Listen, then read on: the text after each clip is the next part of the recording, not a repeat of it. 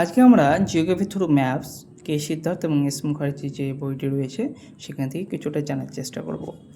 আমার কাছে যে বইটি রয়েছে সেটা একটা পুরাতনই বই, যেটা হচ্ছে 2006 সালে 5th এডিশনের বই। মানে আমি কিনেছি অনেক দিন হলো, কিন্তু 2006 সালে যেটা পাবলিশ হয়েছিল সেটা।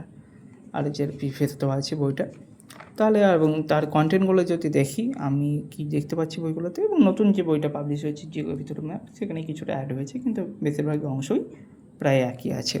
তাহলে প্রথমে আছে কি, ওয়ার্ল্ডের সম্বন্ধে জানানো আছে, ওয়ার্ল্ড কন্টিনেন্ট, তারপরে waters of the world, world's mountain ranges, great deserts of the world, এখানে জানবো। তারপর কি আছে, নর্থ আমেরিকার পলিটিক্যাল জানতে পারবো, কানাডা পলিটিক্যাল আছে, ইউনাইটেড স্টেট অফ আমেরিকা আছে, নর্থ আমেরিকা ফিজিক্যাল আছে। এখানে নর্থ আমেরিকার সম্বন্ধে এই কটা বিষয় আমরা জানতে পারবো। তারপরে কি আছে, তারপরে আছে মিডিল আমেরিকার সম্বন্ধে জানানো আছে। তারপরে আছে সাউথ আমেরিকা। তারপরে কোন মহাদেশ রয়েছে, আফ্রিকার পলিটিক্যাল জানবো, এবং আফ্রিকার পলিটিক্যাল বিভিন্ন দেশ সম্বন্ধে আলোচনা করা আছে। আফ্রিকার যে বেশিরভাগ মেজরিটি দেশের সম্বন্ধে বিস্তারিতভাবে আলোচনা আছে, এবং আফ্রিকার পলিটিক্যাল যেগুলো আছে। তারপরে চলে আসবো ইউরোপের দুটো অংশ দেখবো, ইউরোপ পলিটিক্যাল, ইউরোপ ফিজিক্যাল। তারপরে হচ্ছে অস্ট্রেলিয়া অ্যান্ড ওশেনিয়া। তারপর হচ্ছে পোলার এরিয়াস, যেটা আন্টার্কটিক একটা পোলার এরিয়া, এবং আর্কটিক। আমরা তো জানি আন্টার্কটিকায় কী থাকে, পেঙ্গুইন থাকে, আর আর্কটিকে কী থাকে, পোলার বিয়ার। তোমরা একবার ভেবে দেখো তো, পোলার বিয়ারকে যদি আন্টার্কটিকায় নিয়ে আসা যায়, তাহলে কি পোলার বিয়ার বাঁচবে না? বা পেঙ্গুইনকে যদি আর্কটিকে নিয়ে যাওয়া হয়, এটা ভাববে, কারণ দুই জায়গায় তো শীতল অংশ, দুই জায়গায় তো বরফ ঢাকা, স্নোফল হয়, কিন্তু তাও যদি নিয়ে যাওয়া হয়, কী হয় তোমাদের মনে হয়, কি টিকতে পারবে না টিকতে পারবে না, এটা ভেবে দেখবে। এশিয়া পলিটিক্যাল আর এশিয়া ফিজিক্যাল আমরা জানবো। তারপর হচ্ছে ওয়ার্ল্ড থিমেটিক ম্যাপ, ওয়ার্ল্ডের বিভিন্ন থিম সম্বন্ধে আলোচনা করা আছে। থিমেটিক ম্যাপ বলতে কোনো একটা থিমকে বেস করে যে ম্যাপ তৈরি হয়, সেটা হচ্ছে থিমেটিক ম্যাপ। যেমন আমি যদি বলি পপুলেশন নিয়ে শুধু যে ম্যাপ তৈরি হবে, সেটা হচ্ছে পপুলেশনকে থিম করে হয়েছে। বা ফিজিক্যাল যদি পুরোটা দেখা নেই, তাহলে ফিজিক্যাল থিম। বা যদি দেখা রিসোর্স, তাহলে রিসোর্সের ওপরে যে একটা থিম আছে, এটার উপরে একটা ম্যাপ, রিসোর্স কোথায় কোন রিসোর্সগুলো পাওয়া যায়। তারপর হচ্ছে ইন্ডিয়ার পলিটিক্যাল জানবো, ইন্ডিয়ার নেবার কান্ট্রিজ জানবো, ইন্ডিয়ার ফিজিক্যাল জানবো, ইন্ডিয়ার থিমেটিক ম্যাপ জানবো। তারপর হচ্ছে অ্যাপেন্ডিক্স আছে, তারপর location of the past UPSC question, আর গ্লোসারি আছে। তাহলে প্রথমে আমরা যেটা জানবো সেটা, এই দেখো ওয়ার্ল্ড ম্যাপ দেওয়া আছে খুব সুন্দরভাবে। ওয়ার্ল্ড ম্যাপ সম্বন্ধে যদি ওভারঅল একটা ধারণা থাকে ফিজিক্যাল এবং পলিটিক্যাল, তাহলে জিওগ্রাফি পড়তে সুবিধা হয়, এবং যে কোনো কোশ্চেন প্রায় অ্যাটেম্প করা যায়, কেন একটা বেস তৈরি হয়ে যায় যে হ্যাঁ, পৃথিবীর কোথায় কী আছে, কোন দেশ আছে, এবং যে বিভিন্ন ঘটনাগুলি ঘটছে বর্তমানে, প্রতিনিয়ত যে নিউজে আমরা শুনতে পাচ্ছি, সেগুলির সম্বন্ধে একটা আইডিয়া পাওয়া যায়। যে হোক সার্ক কান্ট্রি হোক, এশিয়ান কান্ট্রি হোক, বা ন্যাটো গোষ্ঠীর কান্ট্রি হোক, ব্রিক্সের কান্ট্রি হোক, বা সাংহাই কোঅপারেশন যেগুলো আছে, তাহলে আমাদের কি একটা ওভারঅল ধারণা তৈরি হয়েছে। G7, G20, যে বিভিন্ন কান্ট্রিগুলোর নাম মুখস্থ করতে হয়, বা কোন সম্মেলন কোথায় হচ্ছে, তাহলে এগুলো কি ওয়ার্ল্ড ম্যাপ সম্বন্ধে ধারণা থাকলে আমরা প্রায় স্পষ্টভাবে জানতে পারবো। তারপরে চলে আসি আমরা দ্য ওয়ার্ল্ডস কন্টিনেন্ট। আমরা তো জানি ওয়ার্ল্ডে কতগুলি কন্টিনেন্ট রয়েছে, ওয়ার্ল্ডের মোট 7টি কন্টিনেন্ট রয়েছে। এই 7টি কন্টিনেন্টকে পরপর দেখো সাজানো আছে, তাদের এরিয়া এবং পার্সেন্টেজ অফ আর্থ এরিয়া, এবং তাদের highest elevation and lowest elevation. তাহলে আমরা যদি প্রথমে এই 7টি মহাদেশকে দেখি, এবং খুবই ইন্টারেস্টিং একটা বিষয়, এই 7টি মহাদেশের মধ্যে একটি মহাদেশ রয়েছে যেখানে কোনো মানুষের ইনহ্যাবিটেড সেরকম নেই, মানে মানুষের বসবাস সেখানে নেই। এটা হচ্ছে আন্টার্কটিকা। হয়তো মানুষ গবেষণা কাজে ওখানে গিয়ে থাকছে, কিন্তু যে প্রকৃত যে ইন্ডিজিনিয়াস ম্যান, সেগুলো কিন্তু পাওয়া যায় না। আমরা সাইবেরিয়া এলাকায় দেখি অত ঠান্ডা, যেটা আইসো মহাদেশের মধ্যে পড়ছে, সেখানে কিন্তু অনেক মানুষ থাকে, এগুলো বানিয়ে থাকে, এস্কিমোসগুলো থাকে, আলাস্কার অঞ্চলগুলোতেও থাকে। তাহলে আমরা যে 7টি মহাদেশ রয়েছে, সেই 7টি মহাদেশ সম্পর্কে জানার চেষ্টা করছি। প্রথমে রয়েছে কোন কন্টিনেন্ট, তার প্রথমে রয়েছে এশিয়ার এরিয়া দেওয়া আছে, যেমন হচ্ছে 4403000, এবং পার্সেন্টেজটাই বেশি মনে রাখার চেষ্টা করুন, পার্সেন্ট অনুযায়ী খুব ভালো হবে। পার্সেন্টে কত পার্সেন্ট শেয়ার করছে, 29.5। এর হাইয়েস্ট এলিভেশন কি, মাউন্ট এভারেস্ট, যেটা উচ্চতা কত, 8848 মিটার। কোনো বই এখন বর্তমানে 8850 মিটার দেওয়া আছে। যে হিমালয় পর্বত প্রতিনিয়ত গঠিত হচ্ছে, মানে হচ্ছে নবিল ভঙ্গিল পর্বত, ফোল্ডেড মাউন্টেন, তার জন্য 8850 মিটার আছে মাউন্ট এভারেস্ট কোনো বয়ে। তারপর হচ্ছে lowest elevation below sea level in metre হচ্ছে ডেড সি, এই সেভেন জটানো আছে। কত হচ্ছে -396.8 মিটার।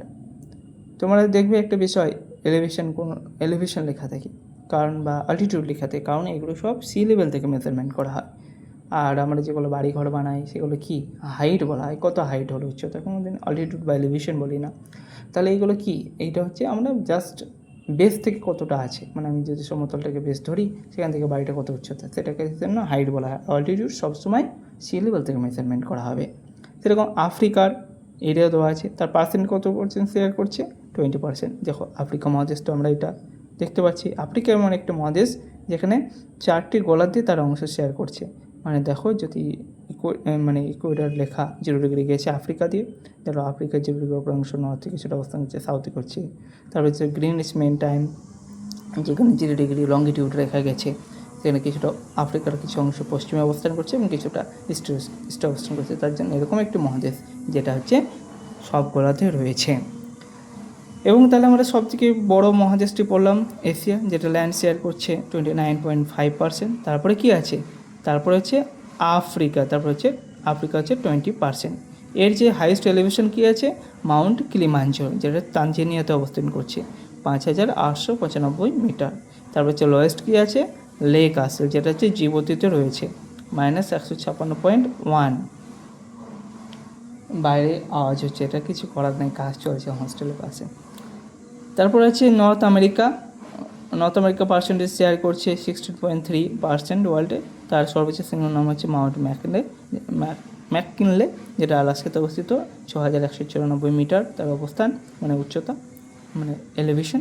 এবং তার সর্বোচ্চ নিম্ন হচ্ছে ডেথ ভ্যালি, ক্যালিফোর্নিয়াতে রয়েছে -85.9 মিটার। তারপর হচ্ছে সাউথ আমেরিকা পার্সেন্টেজ শেয়ার করছে 11.8% ওয়ার্ল্ডে। তার মাউন্ট অ্যাকানগুয়া হচ্ছে আর্জেন্টিনা চিলিতে অবস্থিত 6960, এবং ভ্যালদেস পেনিনসুলা, যেটা আর্জেন্টিনাতে রয়েছে -39.9 মিটার। এবং তারপর চলে এসেছে আন্টার্কটিকা শেয়ার করছে 9.6। তার হচ্ছে ভিনসেন্ট ম্যাসিভ হচ্ছে সর্বোচ্চ 5140 মিটার তার উচ্চতা। এবং হচ্ছে এই বইটাতে দেওয়া আছে লোয়েস্ট এলিভেশন, মানে আননোন দেওয়া আছে। তারপর হচ্ছে ইউরোপ হচ্ছে 6.5, এর সর্বোচ্চ শৃঙ্গ হচ্ছে, মানে সর্বোচ্চ উচ্চতা যে অংশ রয়েছে, সর্বোচ্চ অংশ হচ্ছে মাউন্ট এলব্রুস, হচ্ছে 5642 মিটার। আর হচ্ছে ক্যাসপিয়ান সি, যেটা হচ্ছে -28.0। আর কাস্পিয়ান সি কিন্তু কোনো ওপেন ওয়াটার বডিজ নয়, এটা হচ্ছে ক্লোজ ওয়াটার বডি, যেটাকে আমরা লেক বলি, কিন্তু কাস্পিয়ান সি অনেক বড়, তার জন্য এটাকে সি বলা হয়, লেক না বলে। তারপরে অস্ট্রেলিয়া ইনক্লুডিং ওশানিয়া, এরা পার্সেন্টেজ শেয়ার করছে 5.2। এটা হচ্ছে মাউন্ট কসিকিউস্কো, নিউ সাউথ ওয়েলসে অবস্থিত, এর উচ্চতা হচ্ছে 2229 মিটার। এবং লেক আয়ার, যেটা সাউথ অস্ট্রেলিয়ায় রয়েছে -15.8 মিটার। তাহলে আমরা যে 7টি মহাদেশ রয়েছে, 7টি মহাদেশের এরিয়ার রয়েছে কতটা এবং তার কত পার্সেন্ট অংশ অবস্থান করছে ওয়ার্ল্ডে, এবং তার হাইয়েস্ট এলিভেশন সম্বন্ধে জানলাম এবং লোয়েস্ট এলিভেশন সম্বন্ধে জানলাম। খুবই ভালো। আমি একবার মনে করে দিই ডাইরেক্ট, এশিয়ার কি 29.5% শেয়ার করছে, মাউন্ট এভারেস্ট আছে, ডেড সি আছে, মনে রাখার চেষ্টা করবে। তারপর হচ্ছে এটা জানা ভালো, মানে নিজেকে একটা মনে হয় যে হ্যাঁ আমি ওয়ার্ল্ডের সময় কিছুটা তো জানি অন্তত। আফ্রিকার দেখো 20% শেয়ার করছে, মাউন্ট কিলিমাঞ্জারো হচ্ছে, লেক আসেল আছে, যেটা জিবুতিতে অবস্থান করছে, যেটা একটা বিশাল, মানে কী বলবো, ইথিওপিয়ার পাশে অবস্থান করছে, খুবই একটা ভাইটাল কান্ট্রি, এবং যেটা রেড সি পাশে অবস্থান করছে। এবং চায়না খুবই ইনফ্লুয়েন্স করার চেষ্টা করছে এখানে, কারণ এখানে নেভাল বেস তৈরি করা হোক বা সব কিছুই। নর্থ আমেরিকা দেখো ম্যাককিনলে, এটা আলাস্কাতে অবস্থিত 16.3 ডেড ভ্যালি।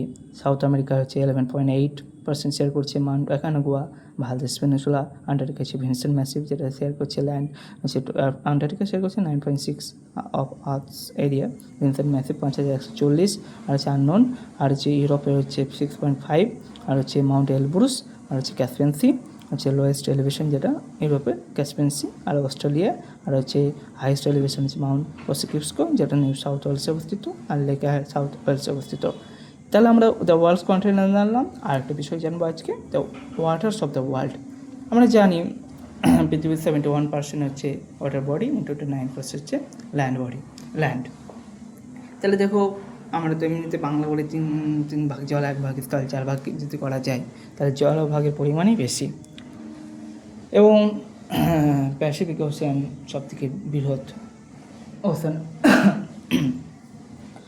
বর্তমানে সাউদার্ন ওশান বলে আবিষ্কার হয়েছে, মানে আবিষ্কার বলতে কি সবাই ওটাকে প্রচেষ্টার চেষ্টা করছে অ্যাফিলিয়েশন ধরতে যে সাউদার্ন ওশান রয়েছে, কিন্তু আমরা জানি ওটা তারপর 4টি ওশান রয়েছে আছে, যেটা কৃষি দপ্তর বইতে দেওয়া আছে, এবং 5 নম্বর ওশান হিসেবে গণ্য করা হচ্ছে কোনো সাউদার্ন ওশানকে, যেটা আন্টার্কটিকার চারপাশে রয়েছে সেটাকে সাউদার্ন ওশান হিসেবে গণ্য করা হয়েছে। তাহলে আমরা ওয়ার্ল্ড মেজর ওশানগুলোকে যদি দেখি, তাহলে প্রথমে আসবে প্যাসিফিক ওশান। প্যাসিফিক ওশানের অ্যাভারেজ ডেপথ হচ্ছে 4188 মিটার। কোনো কোনো জায়গায় হচ্ছে অনেক গভীর আছে, যেমন হচ্ছে মারিয়ানা ট্রেঞ্চের চ্যালেঞ্জার ডেপথ, যেটা বিশাল গভীর, প্রায় মানে হচ্ছে কী বলবো 10,000 মিটারের বেশি, মানে একটা মাউন্ট এভারেস্ট ডুবে যাবে। কিন্তু অ্যাভারেজ হিসেবে যে হচ্ছে কোনো তাই জন্য এটা কী হচ্ছে 4188 মিটার। আর এরিয়া দেখো, এরিয়াও অনেকটা 166240000। তারপর হচ্ছে আটলান্টিক। প্যাসিফিক ওশানের পরে কী হচ্ছে আটলান্টিক ওশান। আটলান্টিক ওশানটা অনেকটা এস শেপের মতো, এবং এই আটলান্টিক ওশানের মধ্যে রয়েছে মিড আটলান্টিক রিজ, যেটা হচ্ছে ডাইভার্জেন্ট প্লেট বাউন্ডারি, এবং এখানে প্রতিনিয়ত বিশাল এরাপশন হচ্ছে ভলকানো থেকে। এটা খুবই মজাদার একটা, এবং এখানকার যদি দেখা যায় এর অ্যাভারেজ রেট হচ্ছে 3376 মিটার, এবং এর এরিয়াও আছে 86560000। তারপর হচ্ছে ইন্ডিয়ান ওশান, এমন একটি ওশান যেটা কোনো একটা দেশের নাম অনুযায়ী আছে, যেমন হচ্ছে ইন্ডিয়ান ওশান। এটা একটা গর্বের বিষয়, কারণ ইন্ডিয়ান ওশানে যদি দেখো তুমি ম্যাপটা দেখো আমাদের পেনিনসুলার মানে ইন্ডিয়ার ভাগটা পুরোটাই ইন্ডিয়ান ওশানে ইন্ডিয়ান ওশানে অবস্থান করছে, যেটা দুভাগে, একটা হচ্ছে বে অফ বেঙ্গল আর আরাবিয়ান সিকে ভাগ করে দিচ্ছে। অর্থাৎ ইন্ডিয়ান ওশান একটা খুবই ভাইটাল, এবং এই ওশান দিয়ে ইন্ডিয়া এমন একটি পজিশনে অবস্থান করছে যা তার ওয়েস্ট এবং ইস্ট এশিয়া এবং হোক বা ওয়েস্ট এশিয়া হোক বা ইউরোপের সঙ্গে বাণিজ্য করা খুবই সহজ, কারণ যে ওয়েস্টার্ন যে পোর্টগুলো রয়েছে সেখানে ওয়েস্টার্নের সঙ্গে, এবং ইস্টার্ন যে পোর্টগুলো রয়েছে সাউথ ইস্ট এশিয়ার সঙ্গে ভালো কানেক্টের অবস্থায় রয়েছে। অতএব ভারত এমন একটি পজিশন অবস্থায় যেন পটেন্সিয়াল খুবই অনেক ভালো, এবং যদি ভালো করে ডেভেলপ করা যায় ভালো একটি জায়গায় পৌঁছে যাবে। তারপরে দেখা যাক আর্কটিক ওশান রয়েছে। আর্কটিক ওশান এর অ্যাভারেজ ডেপথ হচ্ছে 1260 মিটার, এবং আমরা যখন হচ্ছে ওশানোগ্রাফিতে দেখবো ওশানোগ্রাফির যে বিভিন্ন ধরনের আছে কন্টিনেন্টাল শেলফ, কন্টিনেন্টাল স্লোপ, তাহলে কন্টিনেন্টাল শেলফের যে পরিমাণ সেটা কিন্তু ওশানে অবস্থান করছে। তারপর হচ্ছে প্রিন্সিপাল সি। দেখো প্রিন্সিপাল সি মানে হচ্ছে বৃহৎ বৃহৎ যে সমুদ্রগুলো রয়েছে সেগুলো হচ্ছে প্রথমে আছে South China Sea. South China সিতেও সুন্দর ডিসপুট লেগে থেকে ফিলিপাইন্স এবং তার পার্শ্ববর্তী দেশগুলোর সঙ্গে।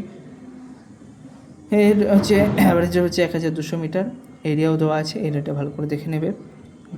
এরিয়া সেরকম আসে না, শুধুমাত্র অ্যাভারেজ রেট এবং তার অবস্থান কোন কেন এরিয়াও তো। তারপর হচ্ছে Caribbean Sea. South China Sea এরপর হচ্ছে ক্যারিবিয়ান সি। অবশ্য এরিয়া হিসাবে এদের ভাগ করা আছে, এরিয়া যার বড় তাকে প্রথমে রাখা হয়েছে। তারপরে ক্যারিবিয়ান সি অ্যাভারেজ রেট হচ্ছে 2400 মিটার, এবং এরিয়া আছে 2753000। মেডিটেরিয়ান সি আছে ক্যারিবিয়ান সির পর, তারপর হচ্ছে 1485 মিটার। এর হচ্ছে এরিয়া হচ্ছে 2503000। তারপর হচ্ছে বেরিং সি যেটা হচ্ছে আলাস্কা এবং আমাদের রাশিয়ার যে দুটো ভাগ হচ্ছে, এবং দুটো ওয়াটার বডিকে কানেক্ট করছে, আর্কটিক এবং প্যাসিফিক ওশানকে। এর অ্যাভারেজ ডেপথ হচ্ছে 14700, আর হচ্ছে এর হচ্ছে 2,68,180 স্কোয়ার কিলোমিটার। আর হচ্ছে গালফ অফ মেক্সিকো, এর অ্যাভারেজ ডেপথ হচ্ছে 1500 মিটার, আর এর হচ্ছে 15,42,985 স্কোয়ার কিলোমিটার।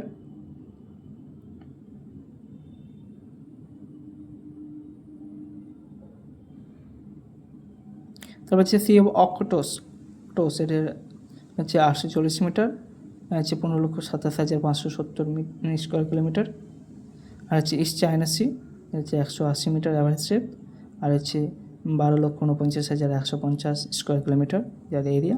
আর হচ্ছে হারসন বে 120 মিটার, আর হচ্ছে 12,32,300 মিটার স্কোয়ার কিলোমিটার হচ্ছে তার এরিয়া। তাহলে আমরা যে ওয়াটার্স অফ দ্য ওয়ার্ল্ড তার সম্বন্ধে জানলাম, এবং যদি এই ম্যাপটা দেখো ভালো করে তোমরা দেখতে পাবে যখন হচ্ছে আর্কটিক ওশান এখানে আছে, তবে সেখানে নর্থ সি আছে, আটলান্টিক ওশান, এটা পুরোটা আটলান্টিক ওশানের মধ্যে পড়ছে। এটা হচ্ছে ইন্ডিয়ান ওশান, ইন্ডিয়ান ওশান, তারপর হচ্ছে এটা প্যাসিফিক ওশান। প্যাসিফিক ওশানের কিছুটা ভাগ এখানে আছে, আর্কটিক ওশান। আর সাউদার্ন ওশানটাকে অনেকটা এই হিসেবে দেখা হয়, সাউদার্ন ওশান হচ্ছে আন্টার্কটিকার অবস্থানের জন্য।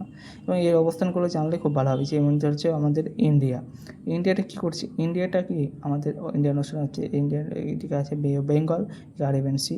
এই যেগুলো পোর্টগুলো আছে সেগুলো সব ওয়েস্ট এশিয়া হোক বা ইউরোপের সঙ্গে বাণিজ্য বা আফ্রিকার সঙ্গে বাণিজ্য বা আদার্স যে ওয়েস্টার্ন কান্ট্রিগুলো রয়েছে তাদের সঙ্গে বাণিজ্য করতে সুবিধা হয়। এবং এই যে ইস্টার্ন দিকে যে কোস্টগুলো রয়েছে সেগুলো সাউথ ইস্ট এশিয়ান কান্ট্রি এবং ইস্টের কান্ট্রিগুলো রয়েছে তার সঙ্গে ব্যবসা করতে হয়তো ভারতের অবস্থান খুবই একটা গুরুত্বপূর্ণ অবস্থান রয়েছে এবং তার অবস্থানের জন্য অনেকটা বেনিফিটও পায়। তাহলে আজকে আমরা ওয়ার্ল্ডের যে ওয়াটার্স অফ দ্য ওয়ার্ল্ড এবং দ্য ওয়ার্ল্ডস কন্টিনেন্ট সম্বন্ধে জানলাম।